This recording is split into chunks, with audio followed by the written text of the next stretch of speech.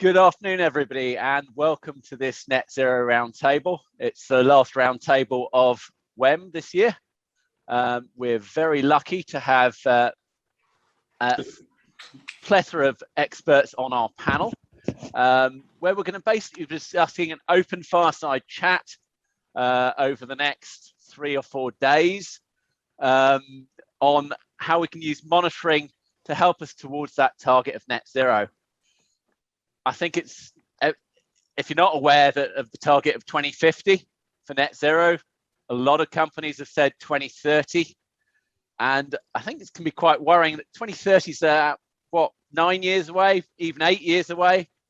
And there's a huge amount to do. And really, the question is, how do we get there? We've seen over the past few months, a lot of the water companies publish this is our path to net zero.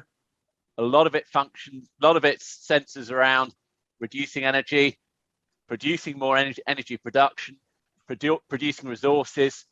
But a lot of the water companies will say, but there's still a gap there. And we don't know how we're going to fill that gap.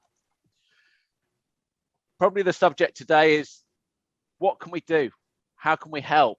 There's various ways of doing things, various ways of achieving things. So I'm going to open this up to the panel. I'm going to go to the first person at random.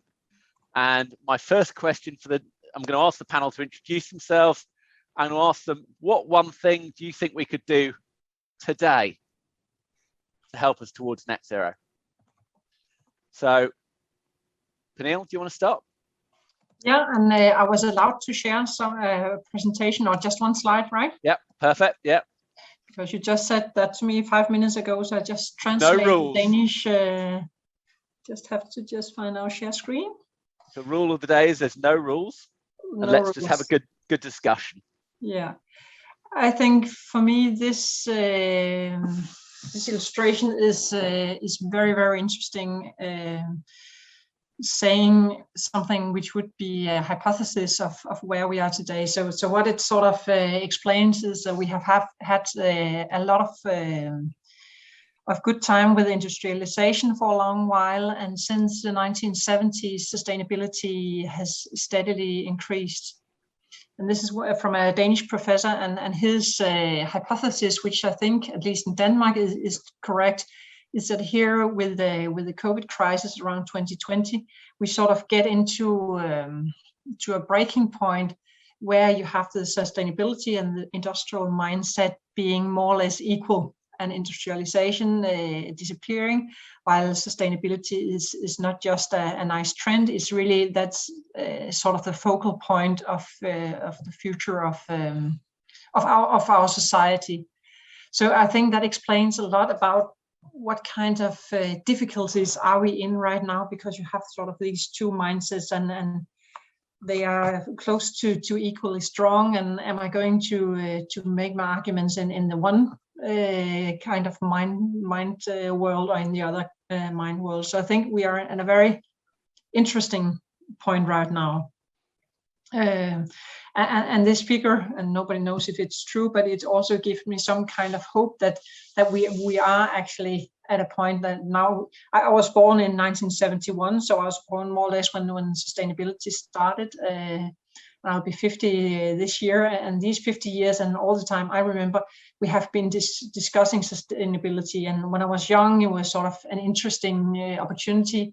And now sort of the heat has gone up until today, where I think the heat is really on, also with the thing you say, Oliver, then in 8 and 9 years, something like that. That's where we have to end. If we're going to continue our consumption as we are today, 9 years, we have to finish that. And that's really a very, very short time horizon.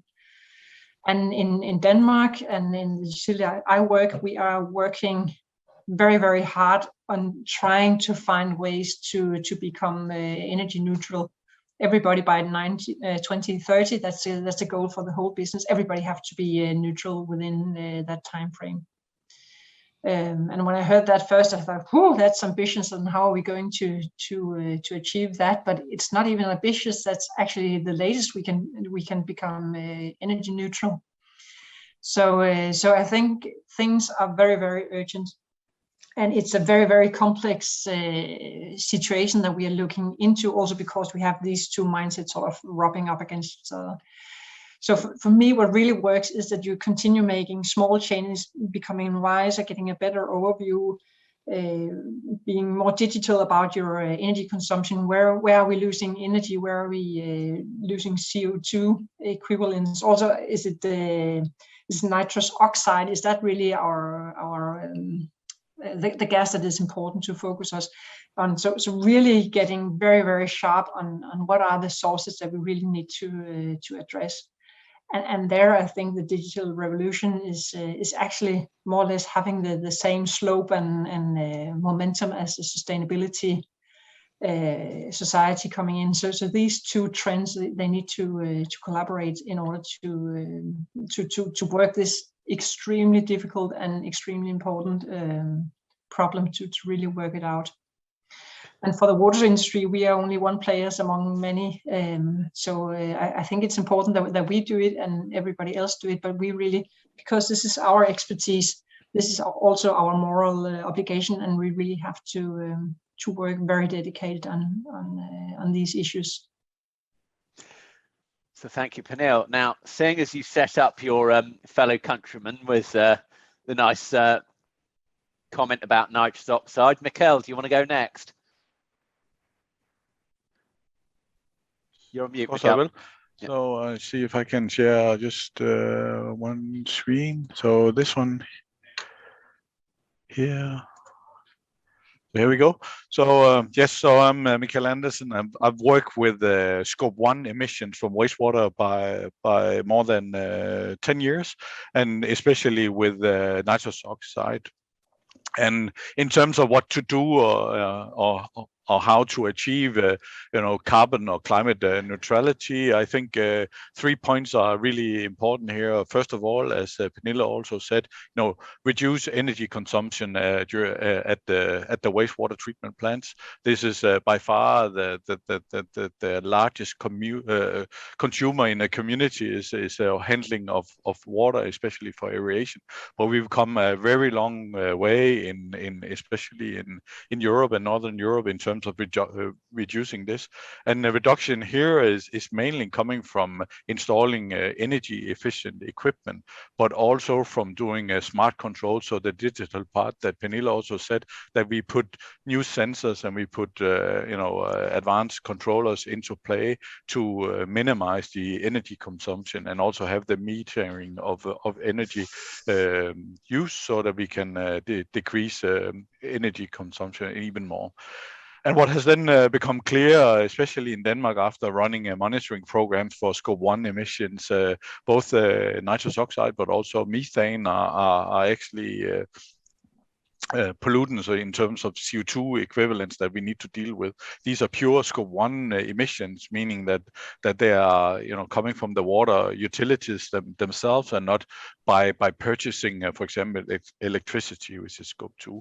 And then as the third stepping stone, it's really to think not in producing kilowatt electricity, but rather producing sustainable to make a sustainable energy production. So the carbon or the resources they actually get in, that you turn them into renewable energy forms and not just electricity, because electricity within 20 years will be completely green from green energy, and without the water utilities having to do anything at all. But of course, becoming energy neutral is of course also producing your own energy. So for me, and in Denmark, we see that around on a Danish scale, 72% of all the emissions of CO2 equivalents are actually coming from nitrous oxide. So this is where I see the biggest challenge in terms of emissions, but also the biggest and the cheapest opportunities. Thank you, Mikkel. Now, I noticed some advanced controllers in there, and that naturally passes the ball over to Andy Thornton of Hach.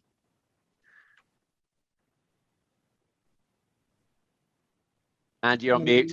I was trying to unmute myself. Yeah, okay, Oliver, thanks for that. Yeah, so I suppose, from my perspective I think advanced control is highly pertinent here, but I don't think it's the only thing. Yeah. And I think if you're asking the question, one thing we need to do to make this possible is collaborate.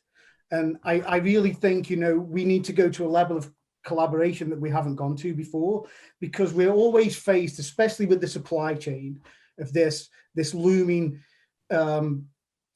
thing of intellectual property. Yeah. And we've got to find a way of how we can work together, even in the face of intellectual property, because that's our business.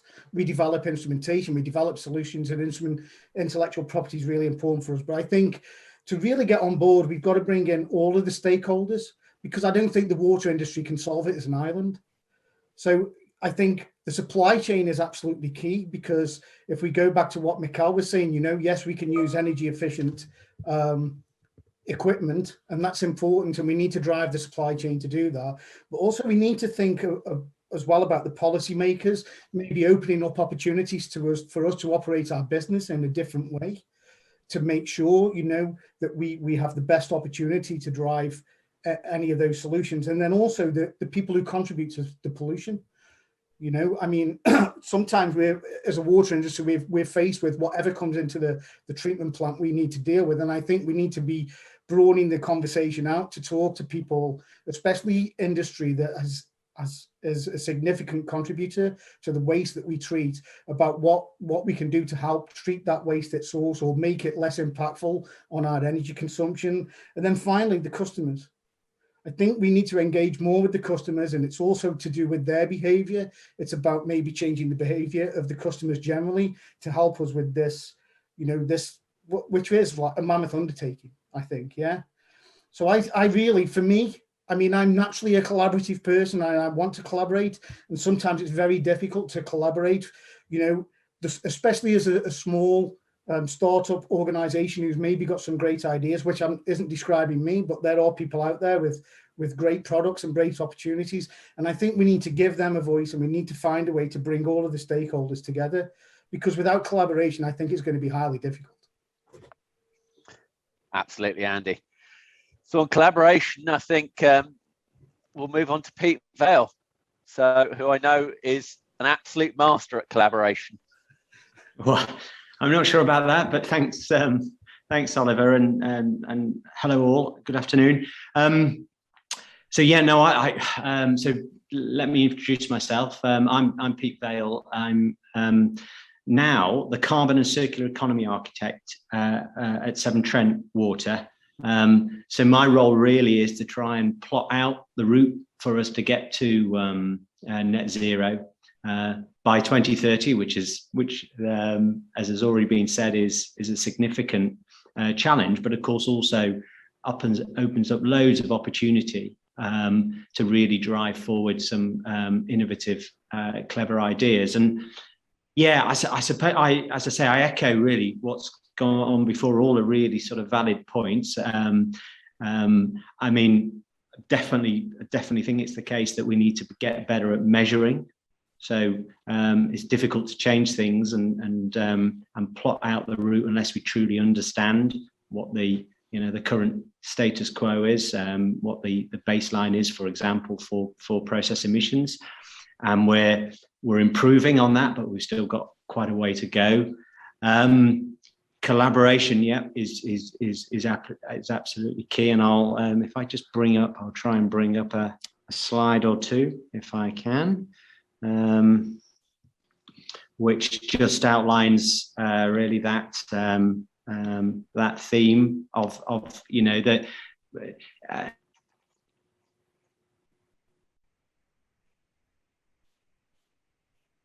It's a broad sort of high level answer, I suppose, to what is the one thing.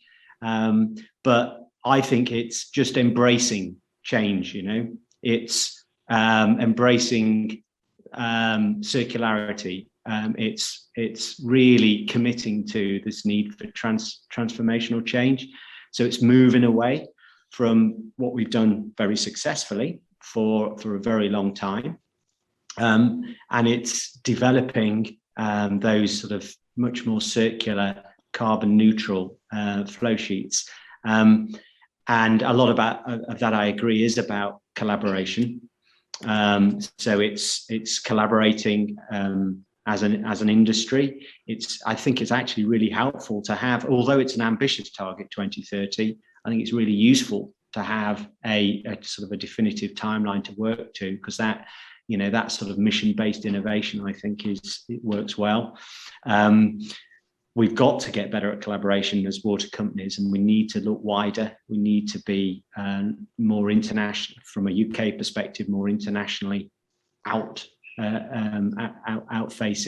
but also we need to be pulling in the knowledge from other sectors. And one thing that I might talk about a bit later, if I get the opportunity, is to talk about, you know, how we make the change in terms of the sort of technology change. So how do we go from, there are loads and loads of really clever ideas out there, but of course that comes with risk. So how do we reduce the risk, and how, because if we're going to meet the 2030 deadline, we're going to have to be building stuff at big scale very soon. So how can we develop test beds and our approach to sort of validating technologies much more quickly than we have in the past? And then I suppose a final point is, so let's not forget that technology development is just one part of the jigsaw. There's a lot of work that needs to be done, I think, around, again, back to collaboration, but around how we influence and change regulation, and how we develop the market for example, for recovered materials.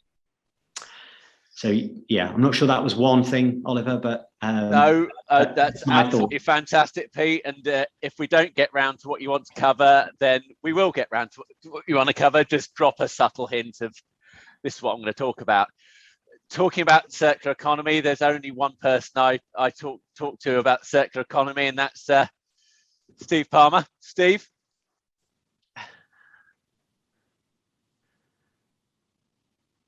You're on mute. Hi, Oliver. Am I coming through now? You are, yeah. Okay, and hopefully get to share my screen and press the share button, and I've got a green light, so I'm assuming we can now see a slide. So just briefly, I'm going to talk about what the big picture is in terms of what we're looking at for wastewater treatment. So today I'm just going to look at wastewater treatment and pick up from what Pete was saying about how we need to deal with this problem where we've got two sets of emissions. We've got emissions related to electricity, over which a fair bit of progress has been made, but we still want to become more efficient on that score. But then the other problem we're left with now is just how much emission we've got coming from processes themselves during treatment, the nitrous oxide and methane being the main part of that. And through treatment and the physical balance that constitutes treatment, which is what we're looking at the moment, when we draw a thermodynamic diagram up for what's happening, we end up with wastes in proportion to how intensive our treatment is. And that has some interesting effects, because when we tie it into the cost paradigm, it shows us where we need to be investing in treatment and where we need to focus down on treatment and its efficiency and what it's doing in terms of the emissions. So one of the issues that we face is that when we look at treatment systems in total, physical economies of scale mean that the very largest treatment works, the ones that actually do the bulk of the work, those are actually the most efficient in terms of pound per PE spent on CapEx and on OpEx. So there's a kind of power law relationship to that. But what it means is, as our works get bigger, we have economies of scale that make them more cost efficient, both in terms of capital and in terms of operation. And in fact, if we look across our entire asset base, less than 20% of the works by number do more than 80% of the treatment work. If we then look at how that work translates into technologies carrying the work out, different technologies have different footprints in terms of their energy demand. So when we look at our scope 2 emissions and power demand, that varies a lot and it follows the same pattern. So work intensity and efficiency of work, the actual work intensity for PE is the lowest at the largest works. So in terms of scope 2 emissions, although we have relatively efficient use of electricity at very large treatment works, we have huge energy budgets at large treatment works because of the amount of treatment that's going on. So our biggest energy budgets sit with our biggest treatment works. But if we then look at what's happening in terms of our Scope 1 emissions, which is what we've been talking about today in particular, our Scope 1 emissions are a problem on the other side of the equation. So what's coming out of the treatment process are off gases. Those off gases include nitrous oxide and methane, and those fugitive emissions constitute our Scope 1 process emissions profile. And that is most intense where our treatment is most intense. So our biggest treatment works are also the source of our largest methane and nitrous oxide emissions. And those emissions are particularly high at STC, sludge treatment centres.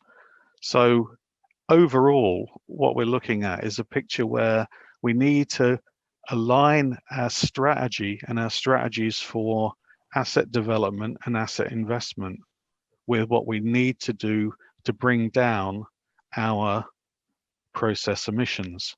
And that is particularly important in terms of getting the best for value for money as we go forward, because as Pete's indicated, we will need to spend a lot of money and put a lot of equipment in place.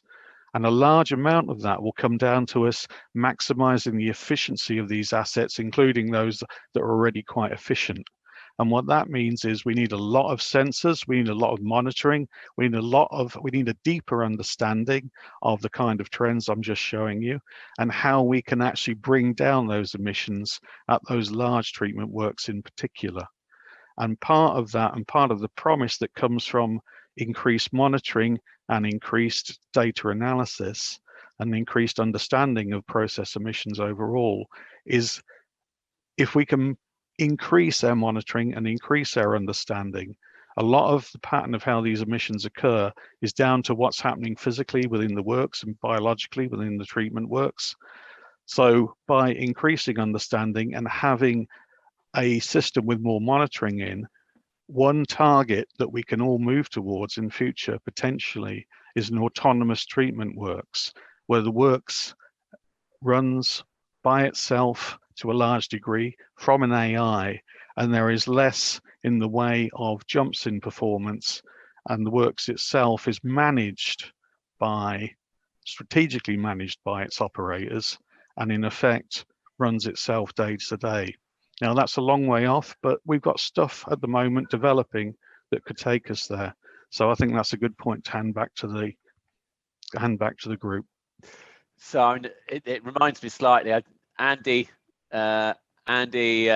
myself, Simon Mazier, and Michael Dooley, an evening at WWEM a few years ago, sat around a table and went, how do we get multivariate process control, real-time control, and some really nice ASP control into a treatment works and get that really controlled as tightly as it can be. So it was, that never happened, of course, as a lot of conversations don't happen in the water industry. And it was a conversation over a pint of beer, and it had so much potential. At the time, it wasn't cost beneficial. It would have been an incredibly expensive project, but boy, would we have got some great results. And I'm sure, based on what Steve's just said, Mikkel's got some comments, because yeah, nitrous oxide, plant stability work hand in hand. But I do want to jump to Mehdi first and allow Mehdi to talk about Toy Town, because Mehdi introduced Toy Town to me and it came up with some really nice results. So Mehdi from the University of Exeter, talk to him about serious gaming and in particular Toy Town. Or is it a different town now? No, it's Toy Town. It's going to be Aquatech town during Aquatech event, and then it's going to revert back to Toy Town. But first, I'd like to thank you, Steve, because you gave me some ideas. We had a conversation a while ago. It was about exergy, about the value in wastewater, and it actually led to some interesting ideas in there. So let me show you guys. There's nothing like a little demonstration. So let's see, screen share. First of all, can you see my screen? Yes, we can. Yeah. Excellent. Let me try to minimize this silly window that I seem to have somewhere there. All right. So this game is actually online. It's called a serious game because it's about learning. We have actually a scientific model in the background that simulate what happens to the next 20 years in some imaginary town that we called Toy Town, with around 300,000 inhabitants. And this is what you see when you open your web browser at the given address. Now, everything you see, all the components you see are interactive in the sense that you can change some parameters, but they're also connected to each other. So the goal of that particular game there was to increase circular economy, but circular economy contains lots of things. Scores about water, water reuse, energy use, also about material reuse, also financial parameters and different things. But let me present very briefly what's going on the screen, and then I will try to answer your question with my little toy tool in order to perhaps give you a different perspective. So what you're seeing is an imaginary virtual catchment. The purple thing on the top right is your main reservoir, and it's associated with a measure of stress. So we run a simulation over 20 years, and if I click on it, actually tells you if you've got a stress of 90%, that means that 90% of the year, of all these years, there will be more than 10 days every year where the reservoir is half full or less. So that's how we measure stress as far as the reservoir is concerned. We also measure the water demand met. So it's kind of a similar concept. It's like every year, if the reservoir is completely empty for at least 10 days, then it's a stressed year because for 10 days, you cannot meet your water demand. So the reservoir itself is connected to a drinking water treatment plant. And itself, it provides water to households. We got 3 neighborhoods, so we can change with a percentage, you know, divide the number of houses in the town into neighborhoods of unequal size if we want, and check, for example, what happens if you put certain types of technology in a group of houses, and in another group, bigger group, a different type of technology as far as water is concerned, and then see the overall results. So once the water is used by the household, it becomes wastewater, and it's there treated by the primary wastewater treatment plant, the big rectangle at the bottom. So the game gives you options in which you can change connection. You can instead use decentralized wastewater treatment. Once the water is treated, it goes back to the river, and that's a very rough overview. So we are looking, when we look at circular economy, we look at many things: environmental pollution. Here for pollution, what we measure when I click on this is actually the number of events which are uncontrolled discharge, and therefore because of the concentration of nutrient in the river, we measure the cumulative depth of oxygen, if you want, in the water. And from there, we have this little pollution index that gives us an indication of pollution. Another bit is we also look at energy, and this is where it's getting really interesting and relevant to that question: energy and material reuse, 2 absolutely crucial points. So let me click on perhaps this household thing, and you could see, actually, I'm going to click on another one, which is even more detailed.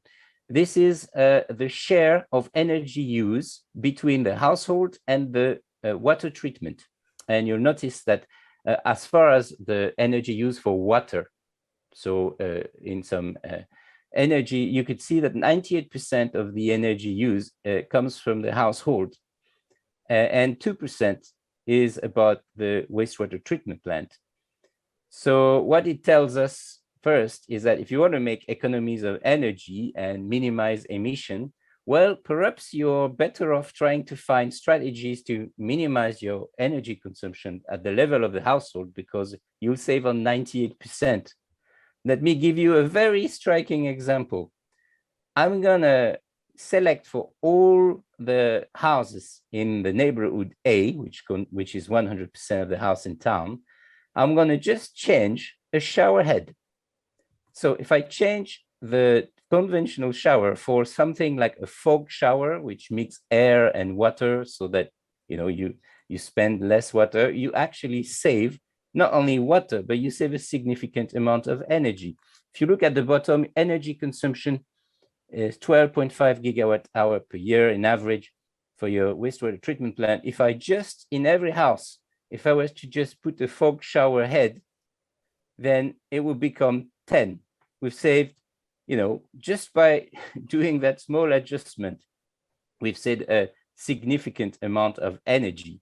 And in fact, we have saved 2 gigawatt hour at the main water treatment plant level. But if I revert and I look at here, what is the household consumption? Household consumption was 618 gigawatt hour. And by changing just a shower head, which is the most unassuming element you can find, it becomes 434 gigawatt. We save 200 gigawatt hour.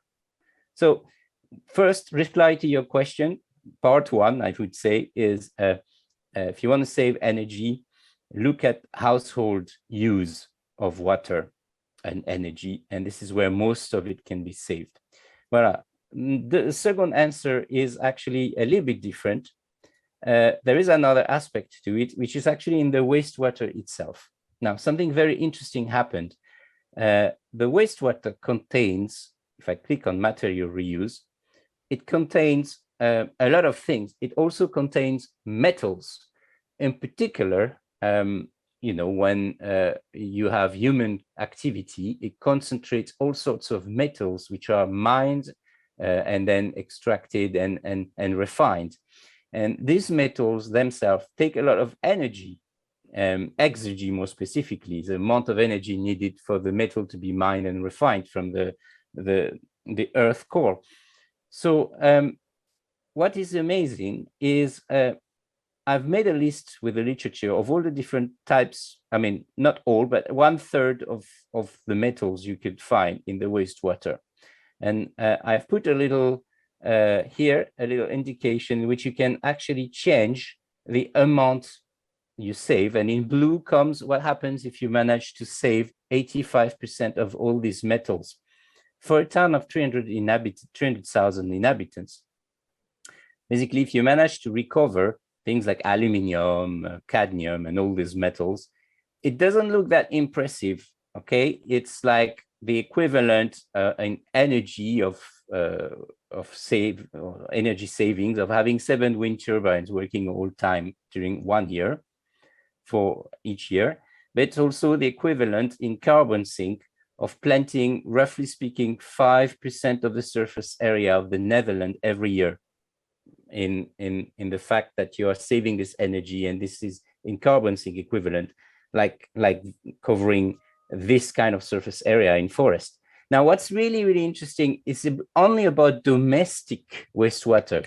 What becomes really, really interesting is if you take into account industrial wastewater, the concentration of metals are actually from 10 times bigger to 10,000 times bigger, especially if you look at industrial areas in China and or other areas like that.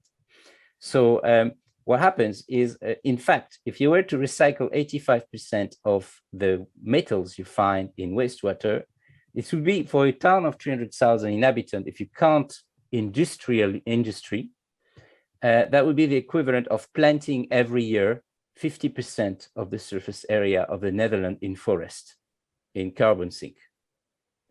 Now, that's quite interesting. The the other interesting bit is the technology doesn't really exist necessarily to recycle all these rare metals from the wastewater. But what's also interesting is only 5 to 6 of these metals, if you only recycle 5 to 6 of these metals, that constitute around 80% of all the exergy you can save. So if you really target things like aluminium, things like gallium, things like you would have to move around some of the thing here to see exactly what happens. Like, for example, if I move aluminium, you can see what you managed to save. It's the equivalent, just by recycling the aluminium, of having 1% of planting 1% of the surface area of the Netherlands in forest every year. And if you add just a few more things, you'll discover like 5 or 6 metals. If you concentrate on them, you can really make a huge difference, energy-wise, exergy-wise, should I say, but also in emission terms. So I think that's my answer to your question. Thank you, Mehdi. And that's precisely what 2 things I wanted to demonstrate there, getting Mehdi to do what he did. Yes, there's a lot we can do at the wastewater treatment works. Of course there is. There's a lot we have to do with the customers. And the customers are absolutely, Penille, I'll get you to talk about water stewardship, because I know it's an incredibly important part of this, but also the power of a serious game.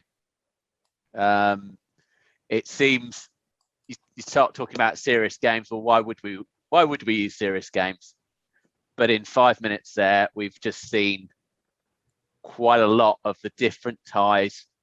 Yes, we can concentrate on the treatment works. Yes, we can concentrate on producing more energy. Absolutely.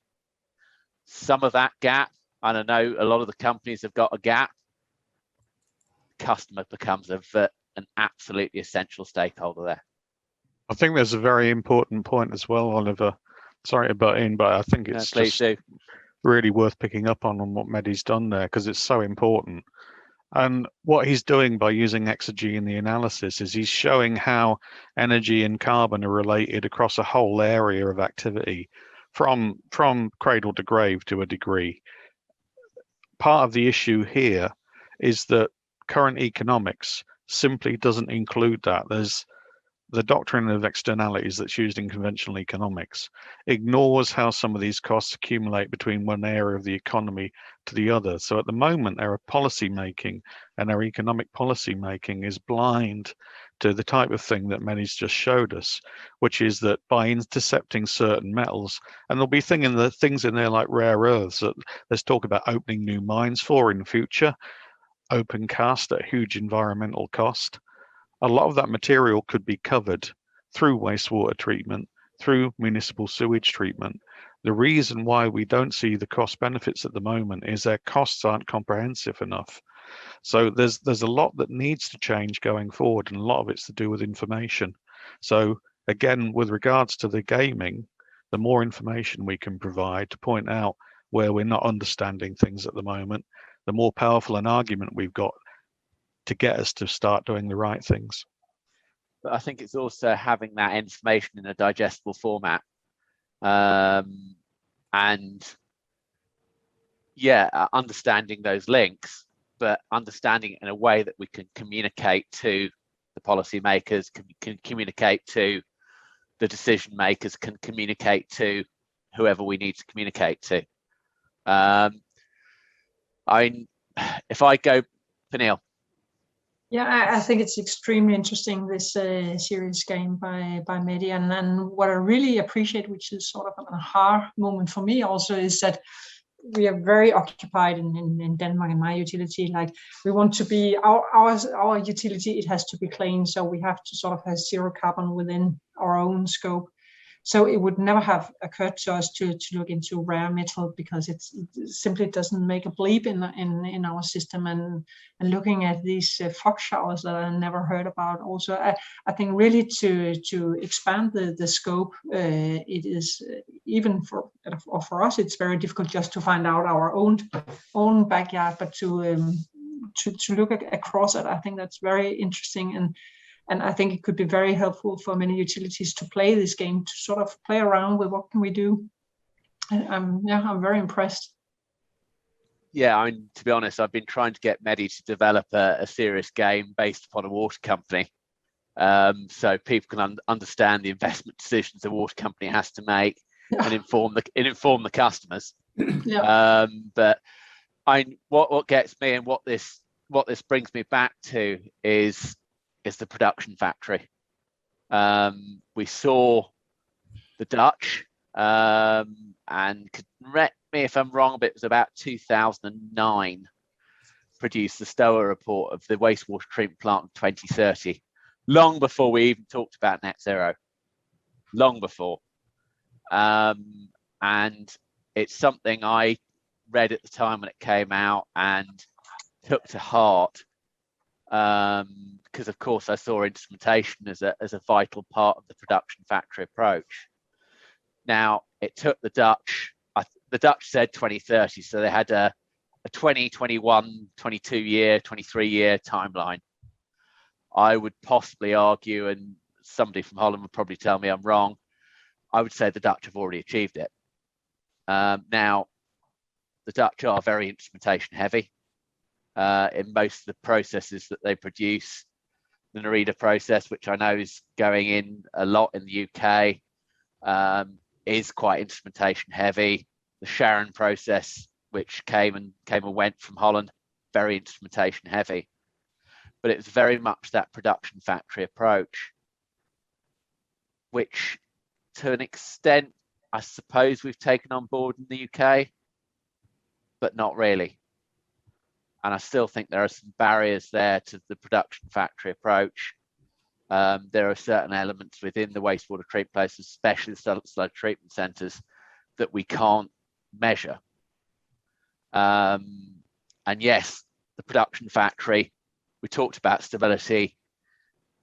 As far as I'm wrong, do correct me, Mikkel, stability is absolutely essential in that limiting that nitrous oxide production. So how do we get to that sort of carbon neutral production factory approach? How do we make the best bang for the buck at treatment works?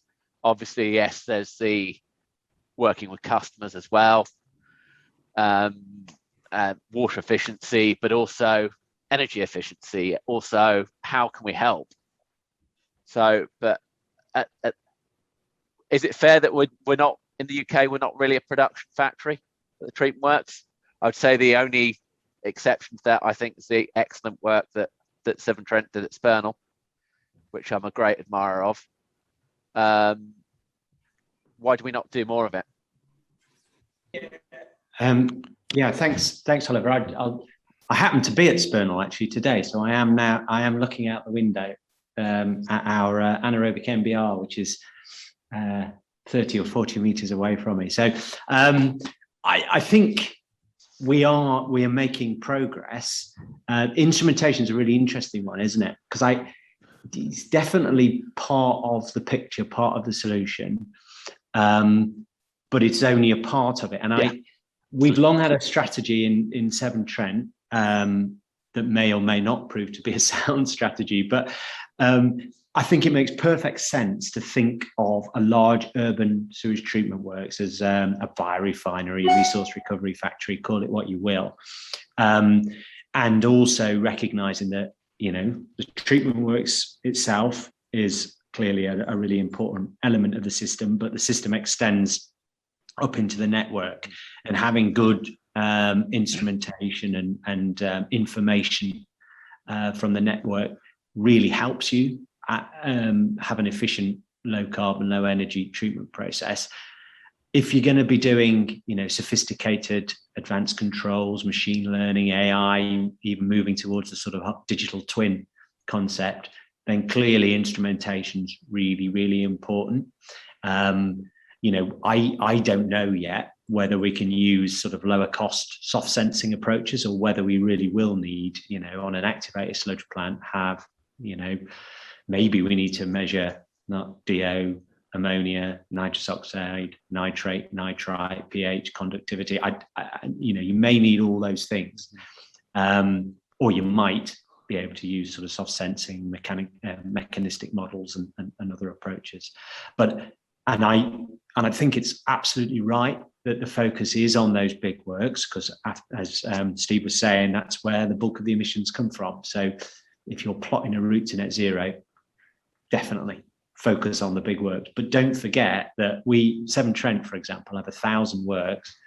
700 or so of those are very small. And I don't think instrumentation is the approach there, because you'd need people going out to site regularly and calibrating and maintaining. The small works probably needs that needs a different sort of way of operating, doesn't it? So there may be more nature-based solutions that have a sort of a lower carbon intensity, that don't produce a lot of sludge, don't require lots of operator visits and the carbon associated with that. So I'm agreeing with you, but I'm also, let's not forget the different type of assets we have, and that it's not sort of one size fits all. Absolutely, Pete. And I do personally, I said this a few years ago at the Urban Drainage UDG Urban Drainage Group conference. We've got to be talking much more about the wastewater system. Yes, it's a network. I think I wrote a paper, an article a few years ago now, that said, can we control in the network in dry weather, use hyperlocal forecasting in dry weather? Can we use the network as a storage place? The UK is a bit odd. We say that we have all our stormwater on the treatment works. A lot of countries aren't like that. Can we use the wastewater network as a storage point, so to balance flows coming into the works? So get that nice stable, even in the flow pattern, get that stability, and that's going to help that consistency. That's going to help the nitrous oxide emissions, getting that beautiful stability, and then use hyperlocal forecasting, as we're seeing it more and more use now, to when we need to react to wet weather, ramp up. And actually, in some ways, that gives us a solution, well, not a solution, a help on the pollution issue that we've got, a help on the net zero issue that we've got, and everything else. The wastewater treatment works is, it's a part of the solution. The wastewater system is a part of the solution. And yes, we've got a multifaceted approach, but how do we get the most from that?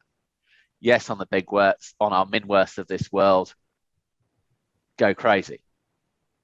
Multivariate process control, real-time control, nitrous oxide detection, absolutely outputting as much as we can energy-wise. And I remember there was a works that I had dealings with. It couldn't actually use all the biogas it produced. So it was flaring off most of the time because the CHP engines were limited because of the actual energy credits they had, the energy limit they were allowed to produce. Now, that was before we went down to the biomethane, et cetera, et cetera, et cetera. But yes, we've heard now energy production, energy efficiency, absolutely vital. The exergy issue, great. That's an innovation project on its own. How do we recover? What do we recover? I can hear the innovation fund coming right here, right now, to be honest. The question for me on that, Oliver, I find that gaming very interesting. Is for me, I mean, in a previous life, I used to work in mineral extraction, and I completely understand, about 5% of all the world's energy demand goes on crushing mineral. Yeah, so we're mining mineral in terms of we mine mineral in terms of parts per billion. Yeah, and yet they do that in an economical fashion. So they still get a return on their investment for mining this mineral in parts per billion and crushing it and crushing it and crushing it, recovering it, treating the effluent from all the water that they use, and they make that economically viable. So I would I would sort of support the fact that we should be looking into recovering some of these elements from our wastewater, because they're already refined. They've only got to be separated. Yeah, I mean, for me, you know, you've already got refined metals in your wastewater sludges. It's only a separation issue. And if people can, you know, if organizations are willing to invest large amounts of money in crushing rock until it's of, you know, a usable and quantifiable amount of metal, then surely there must be a way of extracting it from our waste streams. Not for every metal, but I'm sure there's enough valuable metals that there must be a way that we can invest in that. And then if we can offset through that model base the carbon that would be associated with re-energizing those minerals from the Earth's core, then there's got to be a benefit for us all. Yeah. So I think there's an innovation project right there, to be honest. So I saw Steve off anyway. So yeah, I agree with that, Andy. I think that's right. I'd also like to back up what Pete just said, and his last conversation with us, Oliver, because it's very, very important. We have gone down the wrong road in the past. If we start looking at the physics now and we start taking the physics into account and do the right systems analysis, we should understand the difference between the large works and small works. And what small works are the opportunity for in future is for us to redress a problem and going down the wrong route in the past. Because what we've done in the past is pretty much take the same kind of technology hammer and hit the small works with it. And we don't need intensity. When you look at exergy, it's about work and how much work is done and how resources flow through a system. And when you're looking at small works, we should take advantage of the fact that most small works are in rural areas and we can allow them a larger footprint. And what we need from our small works in future is we need them to have low intensity applications. We need to be looking at low intensity natural solutions.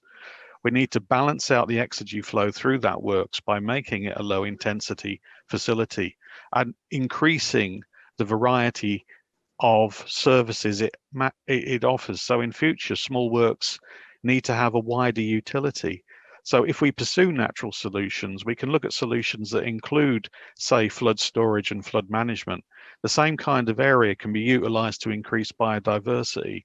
We're not just looking at utilizing areas to increase biodiversity in its own right. Part of that biodiversity can be encouraging growth of willow and other species that lock up carbon. We can encourage the return of some areas of peatland and wetland, which are also carbon sinks, negative carbon areas.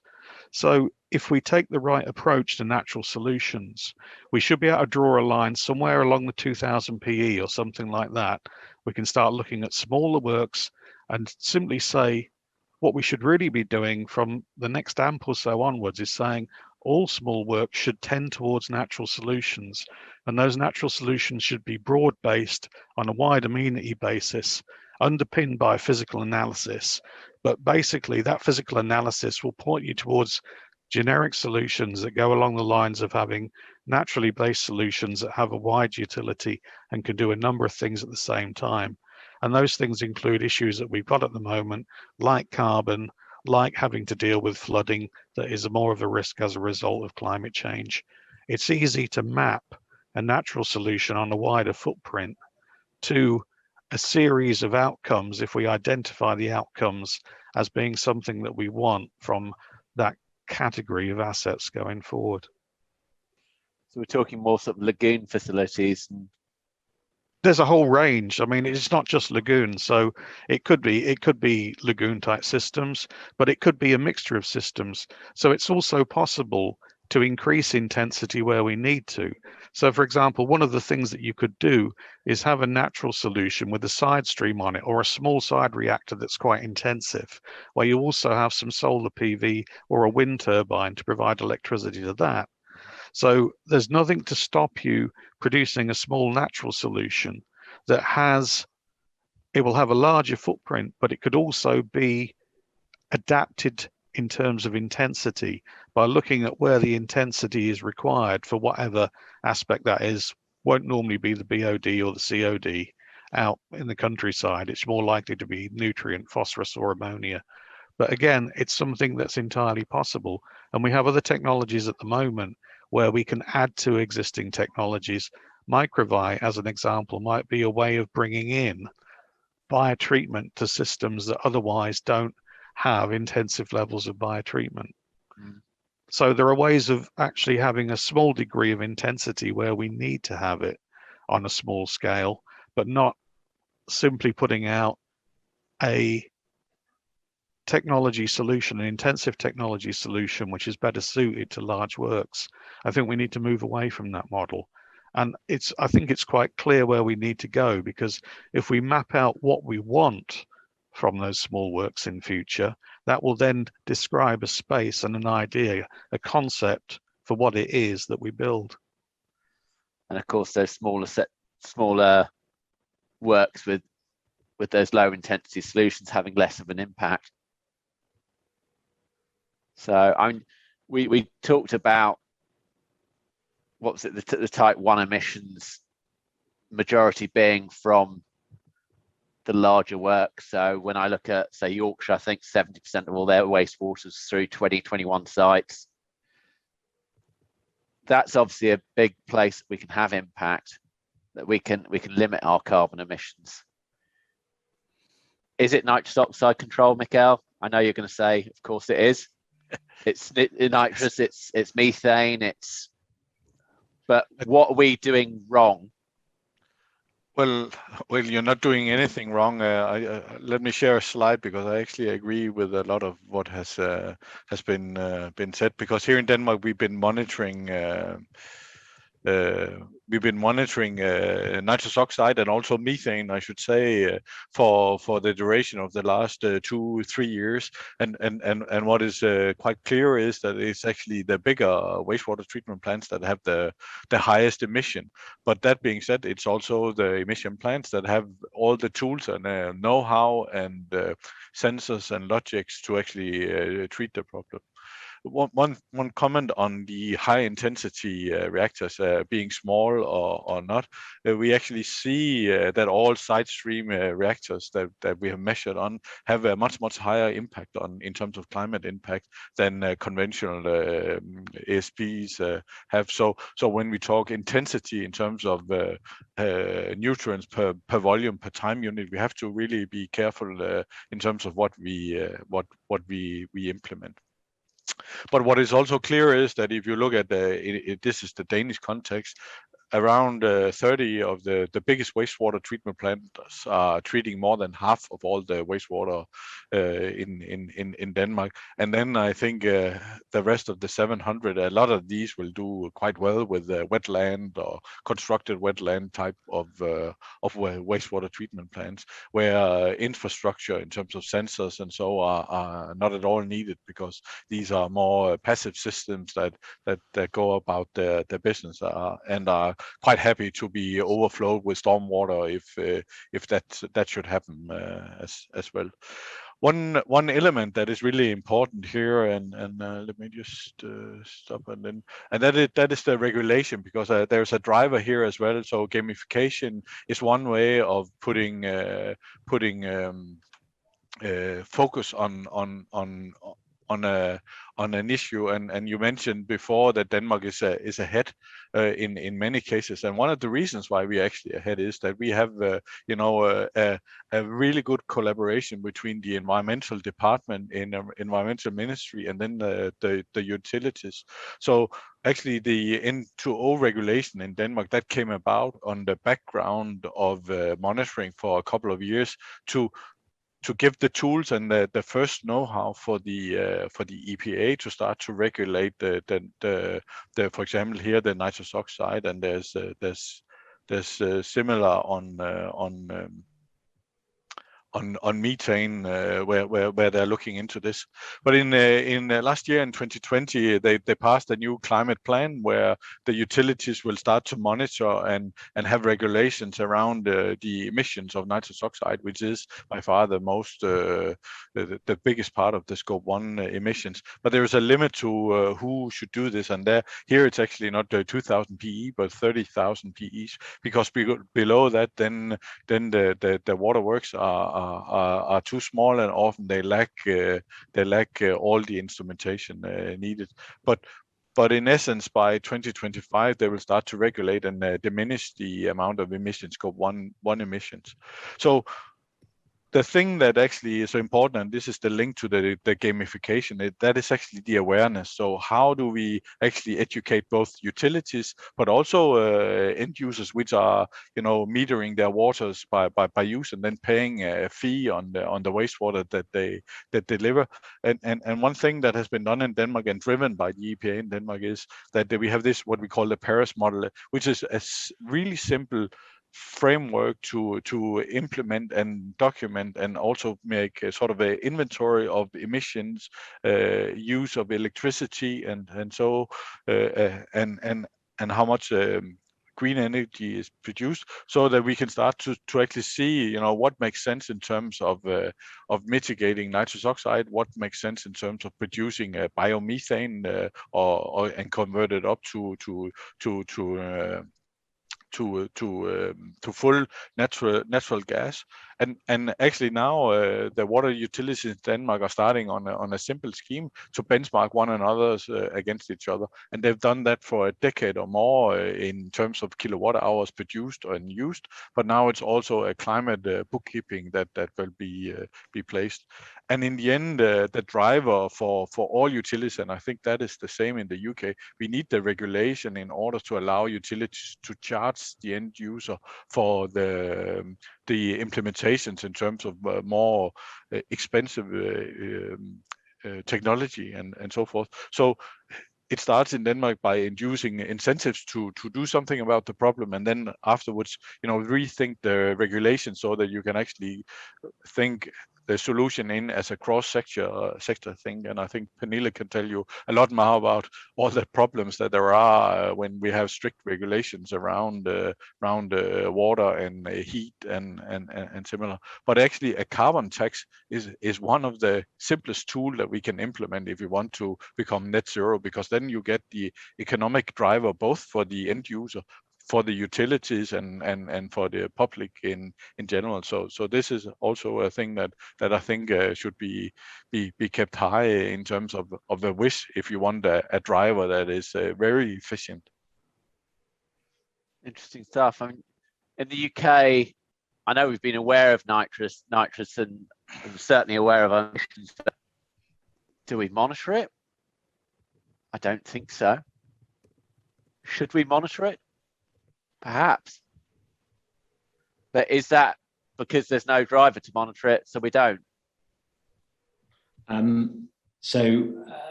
Yeah. So we've started monitoring.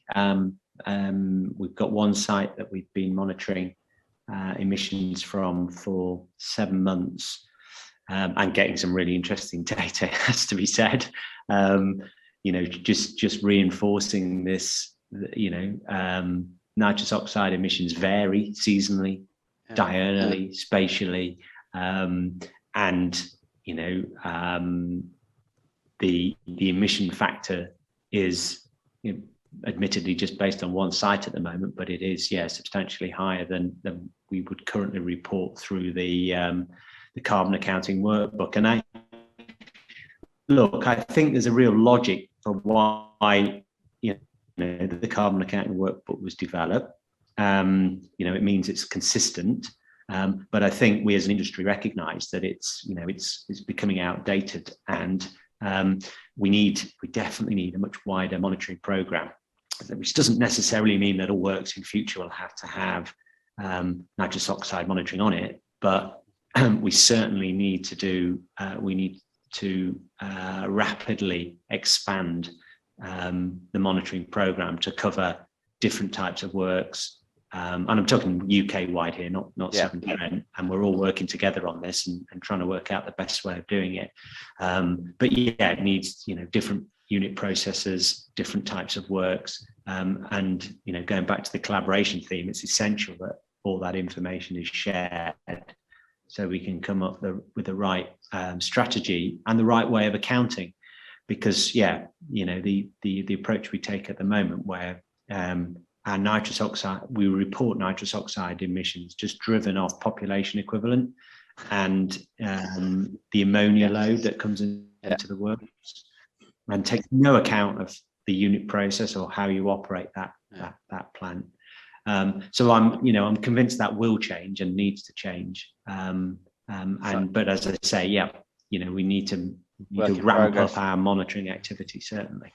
To be honest, to me it would sound, from what Mikkel's done, I'd say all size 6 works should have it. I think that'd be fair to say, and maybe going down into size 5. In some case, that's a no-brainer. 5s and 6s, and it's not that many. What, 200 works nationwide? Probably about that. Mikkel, what's the price for an nitrous oxide sensor? Well, in pounds, I don't know, Peter, but I think it's an investment very similar to the analyte sensors that you'll see around. So monitoring for sort of a 2-sensor setup is around 8,000, 9,000 euros, depending on the accessories and so. So it's fairly similar to I'd say advanced analyte controllers. But if we look at how to use it, and when it comes to mitigating nitrous oxide afterwards, and you account the cost of a ton CO2 equivalent mitigated, then the cost is actually very, very low compared to a lot of the other technologies that are out there. So that's another way to try to price set a piece of equipment that can actually be used for mitigation. But okay, I'll take a ballpark figure there. 20 grand installed. Yeah, not far off. 20 grand installed. No, I mean the other thing to point out, perhaps, Oliver. So you then get a reading of your aqueous phase or your dissolved nitrous oxide. You do need to do some work then to calculate the gaseous emission, but that's a sort of a calculation and airflow measurement but yeah, 20 grand installed. What we're talking about, 2 million for 100 quid. So we're talking 6 million quid nationwide. Well, I come back to this conversation quite a lot, and obviously I'm going to have my own view because I work for an instrumentation supply company. But focusing just on the capex alone, there's a few. It's course, just I can. If you're putting an instrument of any sort, not just what we provide, into the right application, you will get a return on investment. Yeah, you will do. It's not always easy to prove, because one of the biggest values of putting instrumentation in is freeing up operator time for other things. Yeah, that's really highly valuable, especially when you're offsetting lab processes, intensive laboratory processes. But also, I think, looking at, say, nitrous oxide or anything in isolation, I'd like to go back to that game and the comment I made at the start about collaboration. Putting a box around a process is really counterproductive. Yeah, I really think that it is. And we've done it ourselves as a water industry for years. We just put a line between sludge and wastewater, which never made sense to me. They're the same process. Yeah. So I think we just have to be careful about looking at things in isolation. We're really focusing on N2O because one of our biggest solutions in the UK especially is nitrification RTC, and we are now looking at redeveloping the software to ensure that delivers minimum N2O whilst meeting compliance and minimizing energy. So there's a different element now, and there's a different balance there that we've got to do, but we've got to work on that. However, just the point about customer behavior and the impact that can make and recovering, it still probably isn't economically viable to recover nutrients from our sludge streams yet, but we're getting closer than we used to be. Yeah, and at least we have the technologies there ready to go, and we can push the button, and maybe we can make them more efficient, because that will also have an inherent impact on the producing fertilizer, from mining these ores, really, again, has a big carbon footprint. So we should be able to bring all of those things into the calculation. And I'm probably laboring the point now, so I'll shut up. But I really think it is dangerous to just put a box around a process and say, right, we've got to do all this from this box. We've got to go from where we are now to somewhere else without considering the outside impacts. No, I agree, Andy. Yeah, and you make a good point about looking much broader and wider and looking at the system. I mean, I think ammonia is the absolute poster boy sort of example of this, if that's a good phrase. I don't think it is really, but yeah, as you rightly say, ammonia, as we've learned from the news of late, it's massively carbon intensive. Yeah, isn't it? The couple of fertilizer in the plants in the UK have shut down because natural gas is so expensive at the moment. And yet we've got loads of ammonia in our waste recovery. Not only are we being able to produce, a much more sustainable, low carbon fertilizer, and then offsetting that carbon intensive process, Haber-Bosch process, but we're also removing the ammonia that would be converted through to nitrogen and produce a nitrous oxide emission. Yeah. It makes sense on so many levels. Yeah, another point as well I'd like to raise there, Peter, which is the way we treat our sludges. I mean, we've come up with some great ideas about centralizing our sludge system, and we've got these immaculate thermal hydrolysis plants, and we design them to the nth degree, and we make sure everything's perfect. But actually, we don't design the system. We then send substandard sludges from satellite sites where we've made little or no investment that defeats the object of building this central facility. And that's what I mean about putting a box around something. The box should always be around the system. Yeah. I'd like to back up what you're both saying there, because the whole box thing, I've started doing some preliminary exergy analysis across asset base on a sort of generic basis. So it's sort of based on the thermodynamic modeling. But the bottom line is there is a divergence. The holistic approach is absolutely essential, because if you take the holistic approach, you can start to see some of the things that we were seeing earlier when Mehdi showed us what happened when we started modeling the system. And when you start modeling the system on the right basis, on an exergy basis in this case, one of the things that becomes apparent is if you're looking at small works, let's just say less than 2000 PE, looking at low intensity solutions, you're going to take your design approach and change it to one of exergy suppression in future. So what you're going to do is look for designs and outcomes that have a widespread utility, that give you a lot of natural capital, but basically have a low exergy flux through them. Now that just gives you a way of putting everything together that fits a big picture. The same big picture gives you a completely different outcome if you look at category 6 works, because the very big sewage works, there you'd need to design on the basis of exergy management and exergy recovery. The thing there is, on the very big works, on small works, it's not too expensive to actually create headroom and run a passive works where you don't need much intervention and much control. On the very large works, which is, again, just to remind us all, where 80% or 90% of the treatment work is done, where 80% of the treatment work is being done is on facilities where headroom is very expensive. So that's where we need to have more monitoring and management, because we need to manage headroom. It's too expensive to build headroom in. And if we take a view of exergy recovery and management, what it means is we're looking then at not just managing the headroom by managing the exergy implications in terms of the headroom and all of the resources. We're also looking at the resources that pass through the facility, because those facilities give us the best exergy returns in terms of strategic exergy return.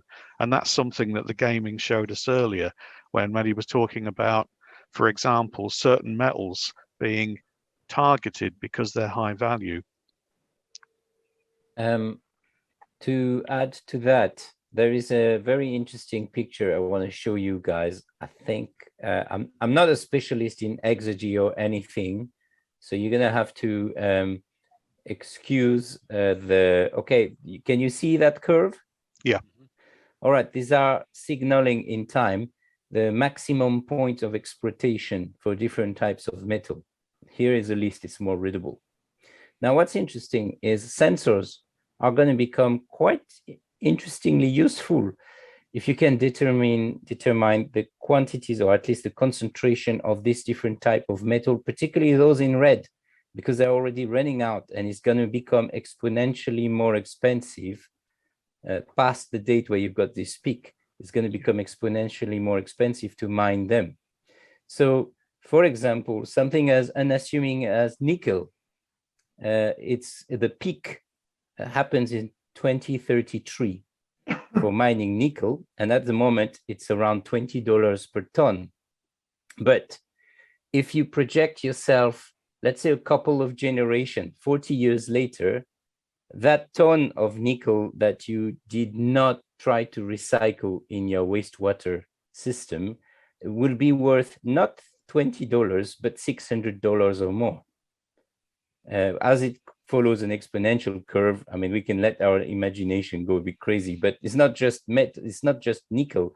Things like lithium, it's actually gonna, the top point for mining nickel is in 2037. After that, it's going to become exponentially expensive, more expensive to mine it. So finding sensors that can identify these key metals, which are, you know, an endangered species, if I may say so, is gonna become exponentially more profitable as time goes by.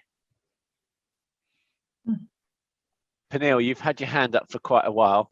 Yeah. Did you want to chip in? Yeah, I'll take it down now. So,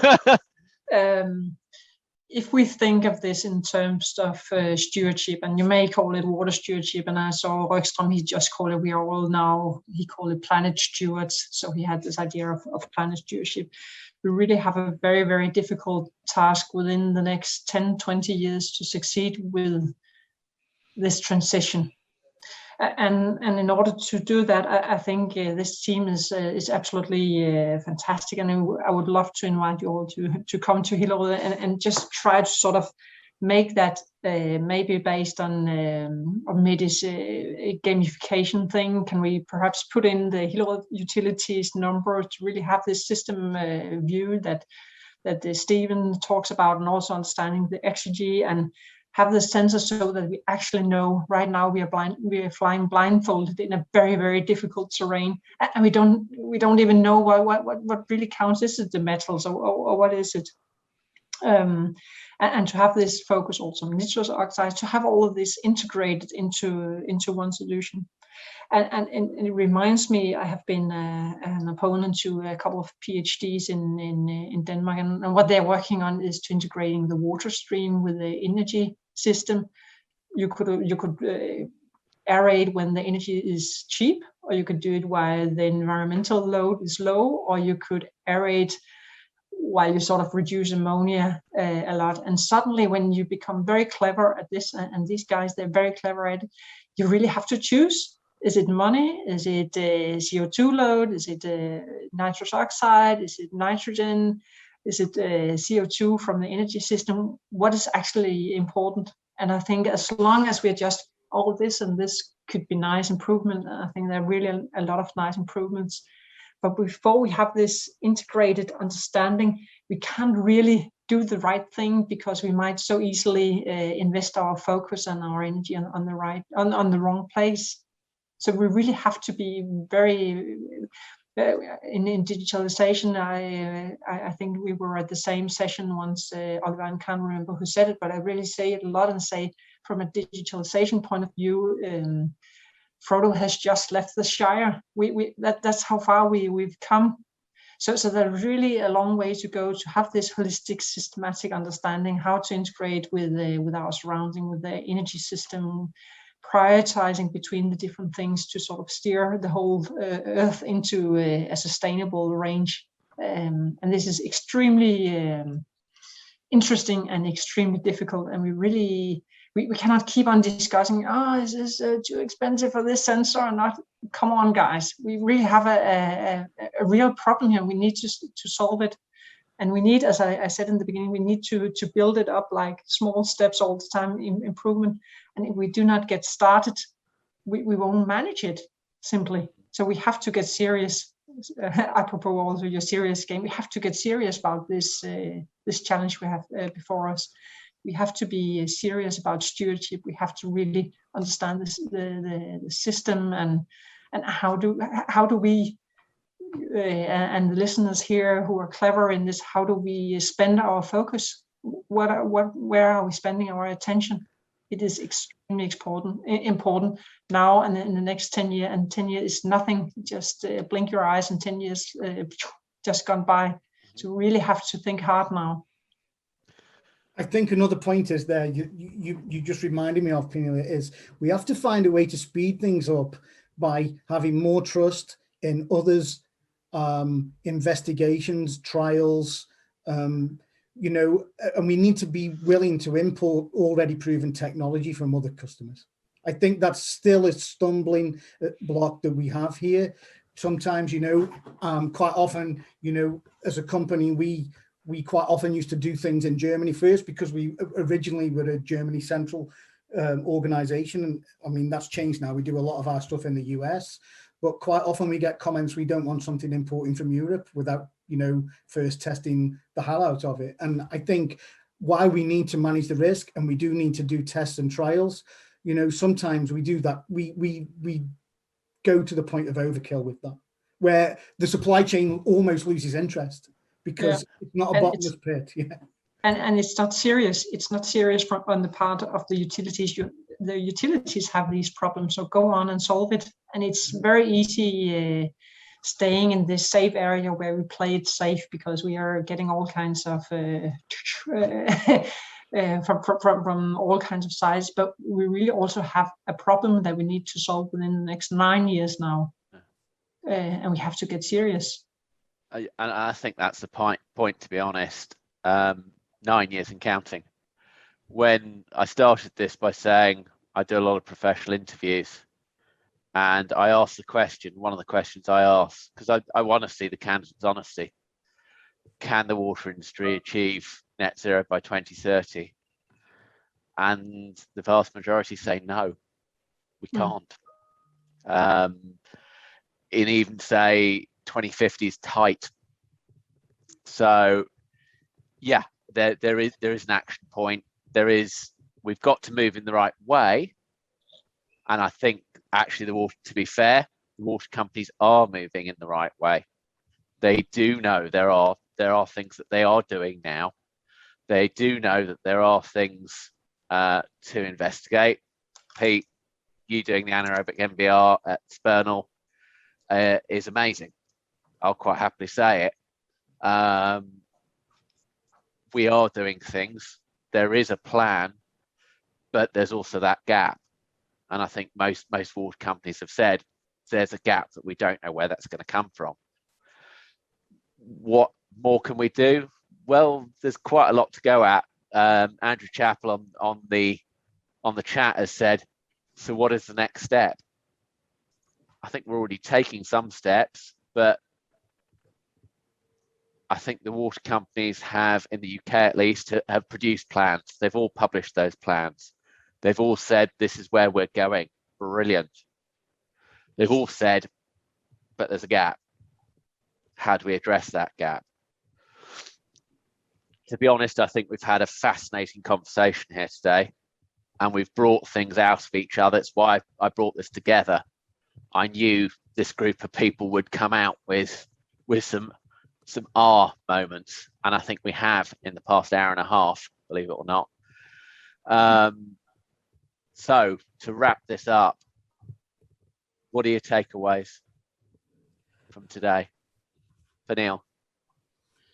I think this has been a very nice and interesting conversation, and I'm always very happy when things sort of get to me on an emotional level. And I think what I'm going to ask the organization every day is: are we serious? Are we really serious here? Pete?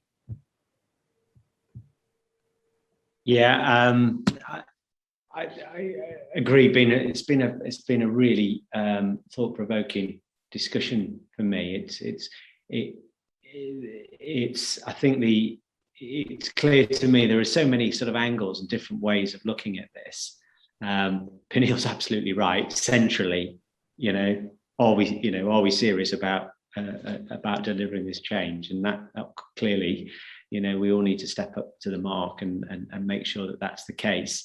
But then, there's sort of the different sort of ways of, from sensing and data, serious gaming, changing the sort of technical process, the unit process, looking at incentives, carbon taxes have been talked about.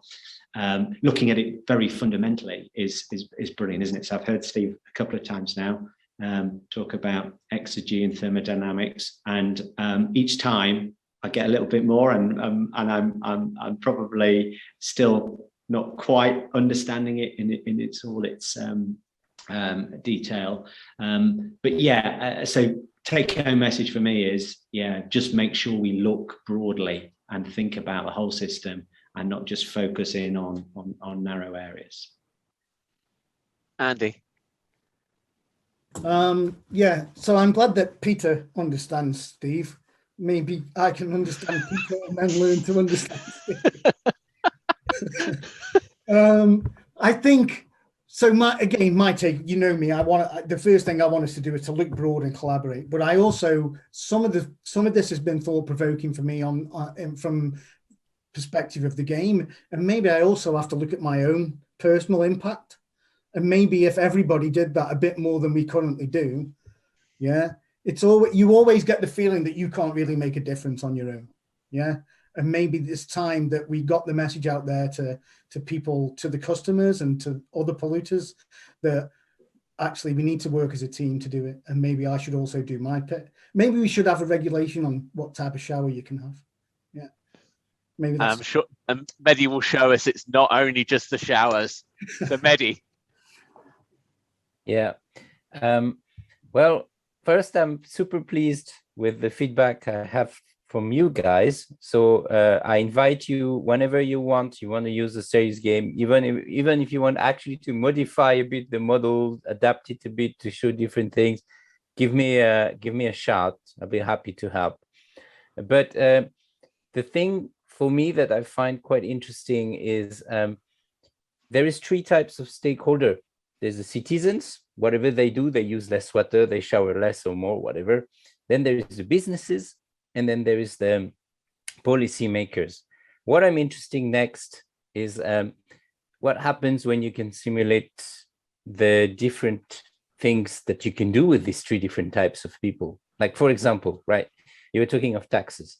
If you're a policy maker, if you create a tax, let's say you cannot claim to be reimbursed on your expenses of electricity and water unless you have a special, let's say, environmentally friendly way of doing your water, or counter, or something that spends less water, for example. So if you put such a tax, it will impact the system of the stakeholders, of the citizens and of the businesses, right? If you're a business, let's say you create a new type of ISO norm, and if you're certified higher level, spending less water or something, then you got preferential access to a market of customers you didn't have before. That's another way you can interact at the same level. So it's like, I'm not sure if it's a serious game or decision support system. And if you're a citizen, of course, you can do your bit. But modelizing all the 3 together would be something interesting as well. So, well, anyway, another idea, always lots of ideas. But guys, I'll be happy to work with you whenever. See, this is quite interesting because the social science point of view is really interesting. And yeah, can we bring social science into serious gaming? That's a bit of a development. So, Mikkel. Yeah, I think the take home for me here is really that we have to work on decoupling return of investment and actually climate improvements, because that's the only way that we can move forward, and maybe also answering whether we are serious or not, because purifying and cleaning up is not cheap. It costs money. So talking of return of investment and then still achieving climate and energy neutrality, that's not easy. So I think maybe a driver or regulation and so are needed, because it's the only way that you get the incentives and instruments that we know work, that will actually move things forward. And actually regulations will put in place the technologies that we already have today, rather than pushing innovation in front of us as the solution to a lot. Still a lot to be done, and maybe urban mining that will be something of the future, and cost will actually drive that technology, I'm sure, in the future. And finally, Steve. Oh, There you go. Yeah. All right. Okay. Yeah. I think going forward, the big issue we've got is we have very little time. We're standing at the bus stop. The bus is actually 10 yards away and it's accelerating, and we need to run to catch up. And if we don't start running soon, we won't catch it at all. So that's the big problem. And I agree with Mikkel. Part of the issue is we need to decouple what's happening in terms of costs, because costs are moving. How we do costs is moving and changing, but we can't wait for that to happen, because economists are moving all the time and they're counting and costing more things all the time. We need to be making allowances now. So Mikkel's absolutely right. We need to be changing regulation now. For the UK, the government needs to do more than just set targets. It needs to not just pass the problem on to industry. It needs to push, it needs to cajole, and it needs to get involved, because the bus is going and we are going to miss it if we don't start moving. I think at that, it's a perfect opportunity to bring things to a close. Say thank you to everybody on this panel, on this roundtable. When I brought you all together, I knew it was going to be a fascinating conversation, and I certainly wasn't disappointed. I hope everyone in the audience has enjoyed themselves, and I hope you've enjoyed the YPAT forums and roundtables over the past couple of days. I must admit, it's been a privilege to host them all. We will, of course, see you all, hopefully, at next year's WWEM in 2022, which will, everything going well, hopefully all be actually physical this time. Hopefully see you all next year at WWEM, and do feedback to me what you'd like to see at WWEM, because I'm always working with the organisers to bring new and innovative discussions. So thank you for everyone. Thank you to all of the speakers over the past 2 days. I think we've had the best part of 40 speakers. We've had audiences who have been really engaged. So thank you to everyone for coming, and hopefully see you all soon.